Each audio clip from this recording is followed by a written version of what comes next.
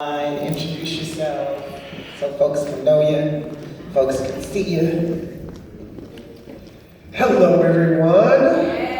Happy Thursday. I'm Nathan Hale. I'm the writer, co-director, and executive producer of 90 Days. It's my first time in Seattle, so thank you very much. Hello, everyone. I am Jennia Fredrique. I am the co-director, production designer, and costume designer for 90 Days. And I'm really happy to be here. Hello. Good evening, everyone. Thank you so much for being here. This is great. I appreciate it. My name is Sol Aponte. I am the executive producer, editor, post-production. We wore a lot of hats in this crew for 90 Days. I'm Rodney Chester. I play Hale. Very happy to be here, first time in Seattle. Having a great time.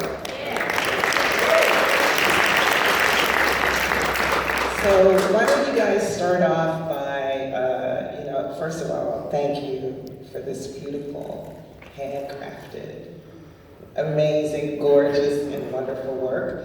So tell me the origin story. How did this all come about? So I've been doing HIV/AIDS work and activism for 15 years. I'm only 12, so I don't know how that happened. As you know, most of the films about HIV and AIDS are depressing, and they're sad. And I didn't want to write a film that was sad and depressing. And then at the same time, it has all but disappeared from our public dialogue.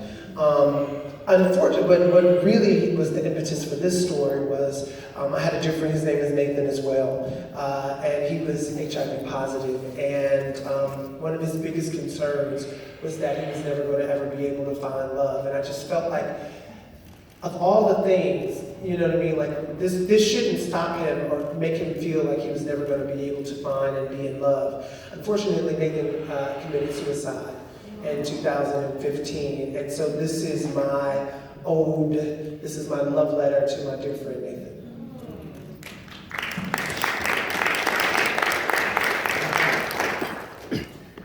I happily came on board after Nathan he called me and said, did you call me? Or text? Yep, he called me and said, I wrote this script, I want you to read it. And of course I was like, yes. And I read it and I thought it was amazing and powerful. And I said, well, I want to direct it. And he was like, well, I'm going to direct it. I was like, I really want to direct it. And he was like, no. And I was like, please. And he finally, and I said, well, why don't we direct it together? He was like, okay. So we came together and then I said, well, listen, I don't want to push him, but my husband is an amazing producer. And Nathan was new to LA. He didn't have his regular team because he'd made films in New York. And I said, I got this guy. I know a guy. He's amazing. And he was like, okay, he's like me. We're energy people. So, we're led by, intuition and what feels right. And he said yes. And I'm going to let him say something because He's your guy. So then I had to think about it. No, when I read the script, it was amazing. As a producer, you want to find projects that are, number one, very well written, and number two, that you can see have a life in the marketplace. And this did that and then some. And so, I wanted to be a part of it, at all costs. And so we joined forces and put all of our resources together and our minds, and we're kind of like an amazing trio right here as far as what we have the same sort of spiritual practice too, because it's like we think something, we envision it, we're all in agreement, we believe that we're two or more gathered in the name and nature of what is divine, miraculous things unfold, and so and it's that sort of. And now we're here. And now we're here, and it feels really good to be here. And this is just the very beginning of our festival tour, and we look to take this definitely around the country and around the world and do a release by the end of the year.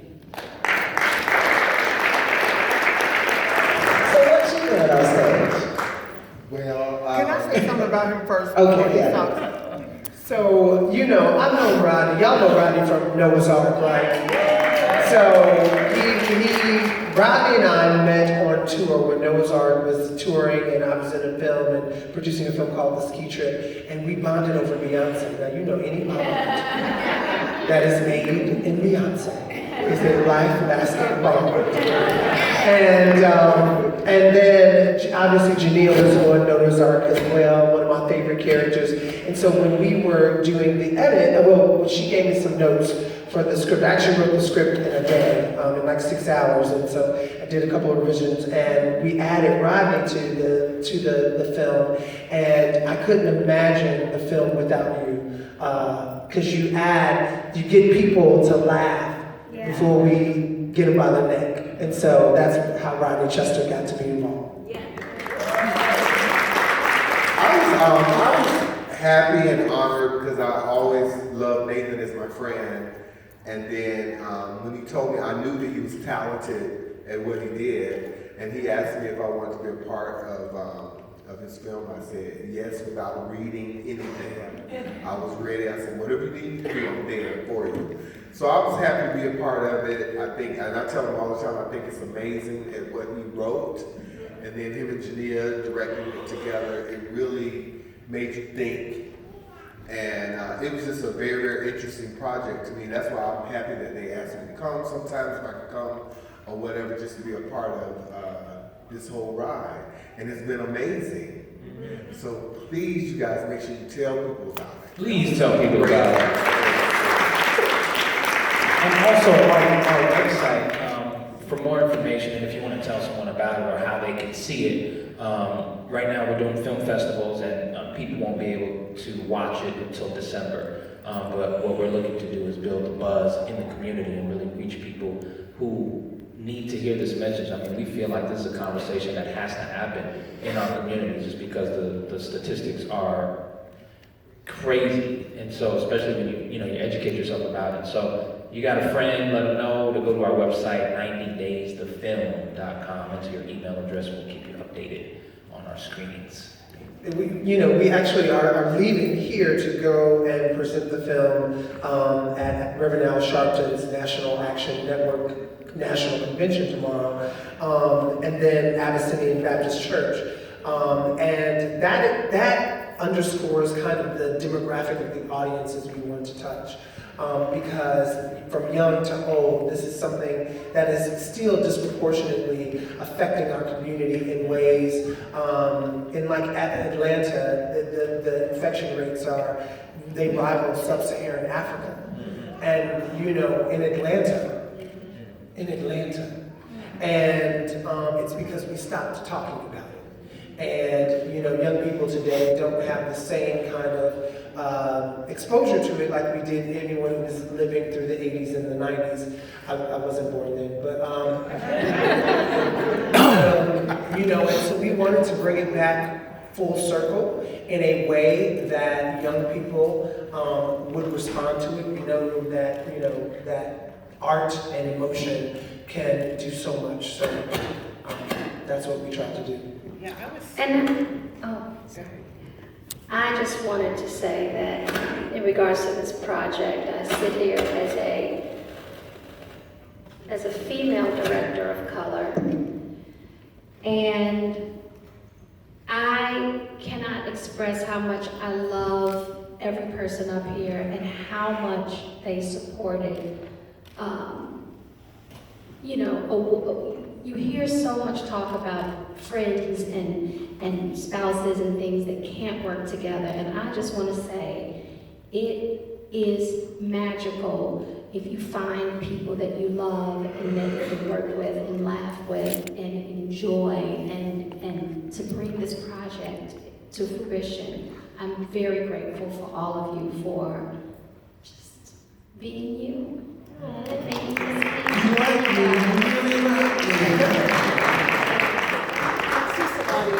Do y'all have questions that we can, because literally they're gonna walk out of here and get on a plane. So do y'all have questions that you'd like to ask of the filmmakers? How's it in? Hi. So, this film is a complete thought. That's how it is. I come from the school of thought about writing is that we didn't make a trailer for a film. This is a complete thought from beginning to end of a film. And it really, when I was writing it, I wanted you to make your own decisions. I don't take my audiences for granted, nor do I think that I think my audiences are smart. And so I don't want to spoon feed anybody anything. But we are making a feature film. We start shooting in August. And it's probably not going to end the way you think it is. Taylor has just as many, if not more, secrets than Jessica. They've been dating 90 days. And, there's only so much you can know about a person in 90 days. And that's kind of the inspiration for the title, is that I used to write a column for Essence Magazine, and I don't say that I always adhere to it, but I think that you should wait to have sex for 90 days, because something about that 91st day when the real person shows up, and you're like, you do what? Oh no, but and so, it doesn't end the way you think it ends, but it is a happy ending. Other questions in the back? Yes. Jennia and I have a show called Beyond the Talent. It's a celebrity interview series airing on Amazon Prime May 25th, Thursday. So Jennia's the host, and it features Kevin Hart, Usher, Estelle, Miguel, Lake Twins, and a bunch of urban music artists. Check it out. We also have a film that we shot in Paris. It's called Sacred Heart. And if you go to sacredheartfilm.com, you can watch it. You can watch it for free. That one you can watch now. Boom. And it's also airing on Aspire Network, I think in July, they have a little ABFF short film thing. Yeah, Sacred Heart will be on there.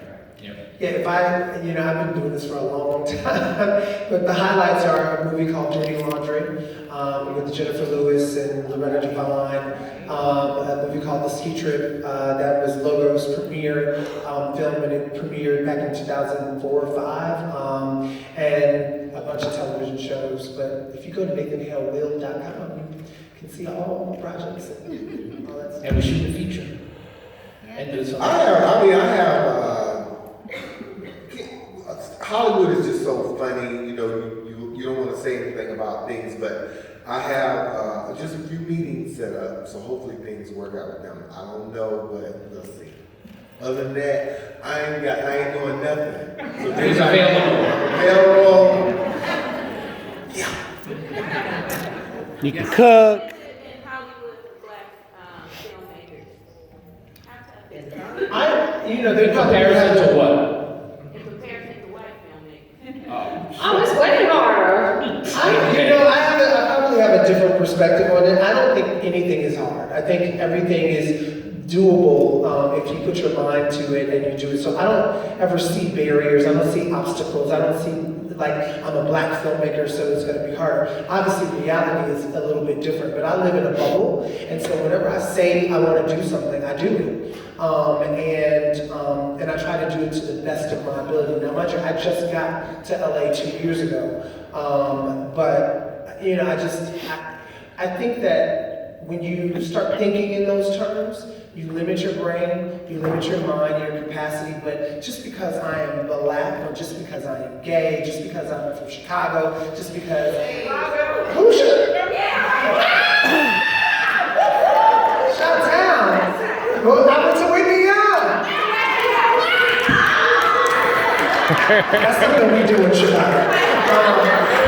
But all of the things that make up my identity is what makes me special, and not something that I feel is a hindrance. But I have a very unique view on it. Obviously, it is much more difficult. We see, and I hope this is not inappropriate to say, but we've been to festivals, and the predominantly white festivals, these films we went to an Oscar qualifying festival, and most of those short films that came before ours, I was like, what? Any of these films could have competed at top-notch festivals.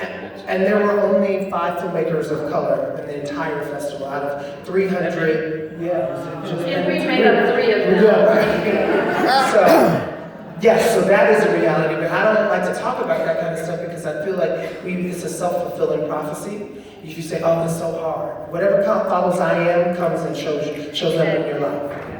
I think it's just as challenging though as any other industry for us. You know, like we have to be the best and we have to strive for excellence and we have to work together and bring our communities together. So I think that in whatever industry, that's why I said in relation to what, you know, because I think in any industry, like what is easy? What is easy to do? And if it's really easy to do, it's probably not something that we want to do. Right? Aaron, sorry, we're going in different directions. Aaron? My question is for Nathan. First, thank you so much for this. I mean, I'm the person who's like driving my tears. But I wanted to know when did you get into film, or like what made you want to pursue film and video and kind of that whole origin story? So I saw The Color Purple, and I was like, and I didn't have the forethought at the time when I was seeing The Color Purple. Now at this time, I've probably seen it 100 times. It's my favorite film. But there was something. I used to be an actor. I was a trained actor. I was a theater major and communications major in undergrad. And then this woman, I was reading this thing about, and I had every intention of, when I first went to undergrad, I was going to be a neurosurgeon.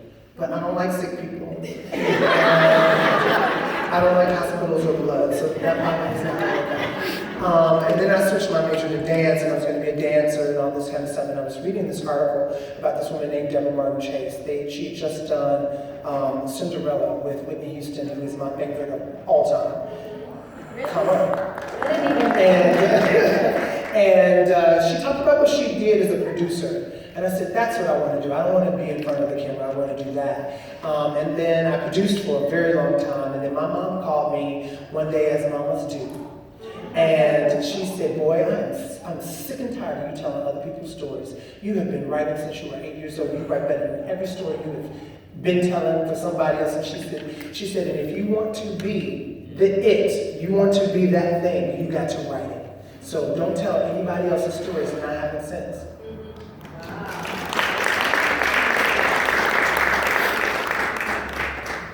This is a question for the production designer, director, but maybe everyone can answer this question too. There was such a beautiful palette of blues and greens and also use of yellow throughout the film. And from the very opening scene, it set this very romantic, almost spellbinding to it. And I'm just curious, why those particular tones? Thank you for that question. I wanted the film, I mean, obviously it's a moving picture, so I wanted it to be really, really beautiful. But the use of the colors, I'm a student of color theory. I love it. I've always loved it my whole life, and how colors affect us on a subconscious level and a conscious level. So Jessica, in my mind, well, in reality, she's healthy. She's living with it, and green represents health and life and vitality, and she is that. And her world, she wants it to be safe, and she's curated all of her friends and her surroundings, and they're all in blue, which represents a feeling of balance and stability. And so that was the reason for all of that. And I remember I said to Nathan, I was like, well, can there be a whole color thing? And he was like, well, yeah, of course, yeah, no problem, sounds good, I like it. And then the day before we started to shoot, You got to paint her place. we were painting. We were painting, and I was just bringing in nothing but blue books and all this stuff. And he just said, he was real quiet. And he said, We went to lunch. we went to lunch, yeah, and he said, is it all gonna be blue? He asked, and I said, listen, it's fine, nobody will notice. Well,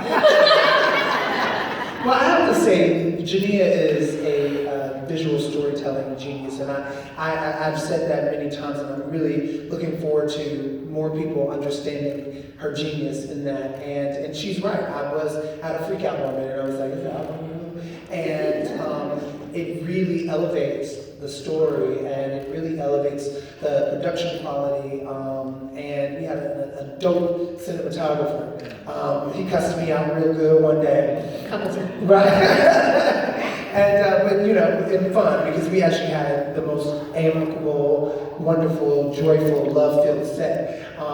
But their visual storytelling coupled with, you know, the way I tell stories, I think just came together beautifully. So I'm so glad you didn't let me, because she called me the next day, she said, look, I know when I bought stuff, we talked about this, and I was like, I'm back down, I'm sorry. And it's beautiful, you did an amazing job. Yeah. Thank you.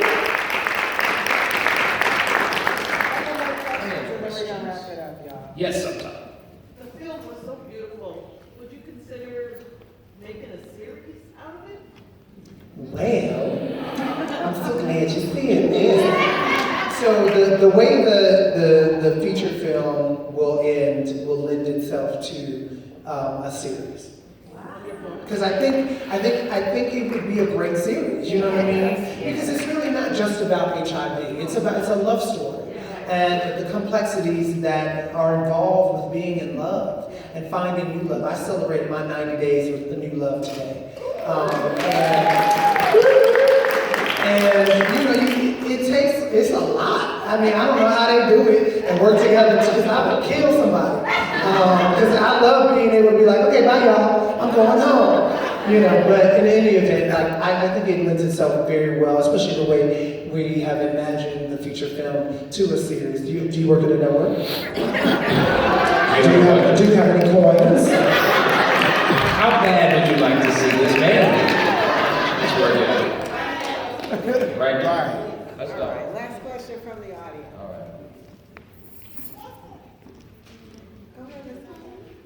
With all the changing platforms that are available to filmmakers, musicians, and artists now, where do you see more opportunity for diversity behind the camera as well as in front of it? I think creating our own. You know, I think that we're super talented. Like you said, we have our own cameras or a myriad of distribution models. Is that my mic? There are a myriad of distribution models, so I just think that where we're moving to is a world where, I mean, we kind of are there. I guess it's me. Energy. We're moving to a place where we can reach our audiences directly through distribution, through various distribution means. So I think it's going in that direction, and one of the things that we're doing with this film is finding our audience. We're taking it to churches, we're taking it to the community, we're taking it to festivals to really get the word out, but to bring people along that want to see more of it, that want to see it turned into a series, because, you know, voices matter. And when people speak, those that are counting the dollars listen. And so I think that if we continue to support one another and support our projects and stay in integrity to the vision, it's just a matter of time. But I think it's about us coming together. Okay. Right, and I'd like to add, we're showing the film world that we mean dollars. Look at Hidden Figures. I'm really proud of what that has done, and it says to the film industry that. Look at Get Out. Oh, yeah, absolutely. And I also, further to your point, I think that the internets, you know, have opened up so much, because you don't have to, you know, there's a good side of it, which I think is a great side of it, is that you don't have to wait on a studio to get a meeting. You don't, because a lot of our issues, back to your point, is rooted in access or lack of access. And with the internet, everybody has access, and we all have these phones, and you can shoot an entire film on an iPhone. And so if you tell good stories and you work hard there, you don't have to know, you know, Bob at Miramax or this person at whatever. It will get out there or whatever. So I think it's great, especially in this day and age, for young filmmakers who have the gumption. Because really what it is, a lot of people that complain, I think, that you ask them, well, what did you do? Right. And when you hear the story, you're like, you didn't do enough. For all of us to get here, where we are here right now, took a lot. And, you know, there were so many times where we could have easily said, no, no more, this is too hard. But we kept going. And that doesn't change whether, you know, you're black, white, green, or whatever. If you keep going, you will eventually get somewhere. So, but I love that it's so open now.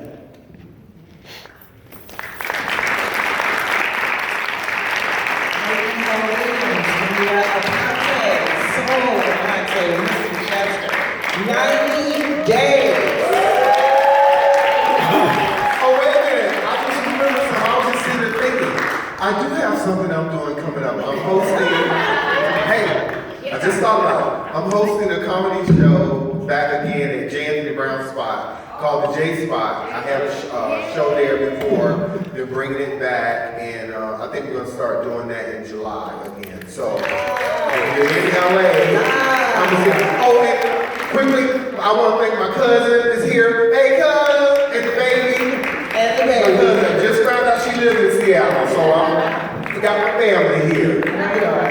Right on. Thank y'all for coming. Thank you. Come out tomorrow night. Tell somebody to come to this festival. Thank you. Good night.